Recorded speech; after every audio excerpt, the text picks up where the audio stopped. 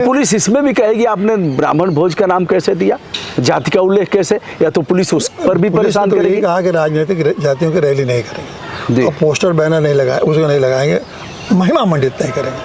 उन्होंने कहा कि आप किसी जात को महिमा मंडित नहीं करेंगे। तो यह महिमा मंडित नहीं हुआ कि हम भोज कर रहे हैं और इसमें भी हम ही भोज करने वाले हैं, हम लोगों को भोज करके खिलाते हैं।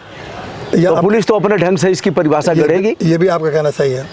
अब इस शासनादेश के जारी करने के बाद जी आपने पुलिस को ऐसा अधिकार दिया डंडा चलाने का, जी स्पष्ट हो गया जी कि अब आपने पुलिस को एक ऐसा अधिकार दिया है कि जैसे चाहे, क्योंकि उसकी व्याख्या कौन करेगा, जैसे आप व्याख्या कर रहे हैं ना जी, जैसे जात में ब्राह्मण भोज होना तो हमारे हिसाब से राजनीतिक नहीं है जी, आप कह रहे नहीं साहब जात का उल्लेख है ये। तो अब तो हर मामले में जहाँ भी कहीं जाति दिखाई दिया तो उस शासनादेश के आधार पर पुलिस ही तो व्याख्या करेगी, न्यायालय में तो बाद में जाएगा।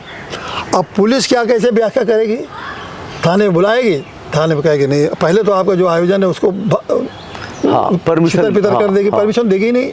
अगर आपने किया भी, क्योंकि जाति भोज करने के लिए तो परमिशन लेने जो है नहीं, जाति रैली की जरूर परमिशन मिलेगा नहीं, तो पहले अगर तो अनुमति नहीं देगी। अगर किसी तरह बिना अनुमति के आप कर भी रहे तो पहुंच जाएगी कि आपने जाति ब्राह्मण ऐसे लिख दिया। तो अब देखिए कितना विद्वेष हो जाएगा कि आपने अनुसूचित जाति पिछड़े वर्ग को तो आपने अलाउ कर दिया और सवर्ण जातियों को आपने वंचित कर दिया, और आवश्यक रूप से एक आपस में विद्वेष फैलेगा। तो मैं समझता हूँ, इसीलिए मैंने कहा कि और रुकेगा भी नहीं, किसी न किसी रूप में रहेगा, संघर्ष होगा, पुलिस से संघर्ष होगा, व्यवस्था से संघर्ष होगा, अनावश्यक रूप से संघर्ष शुरू होगा।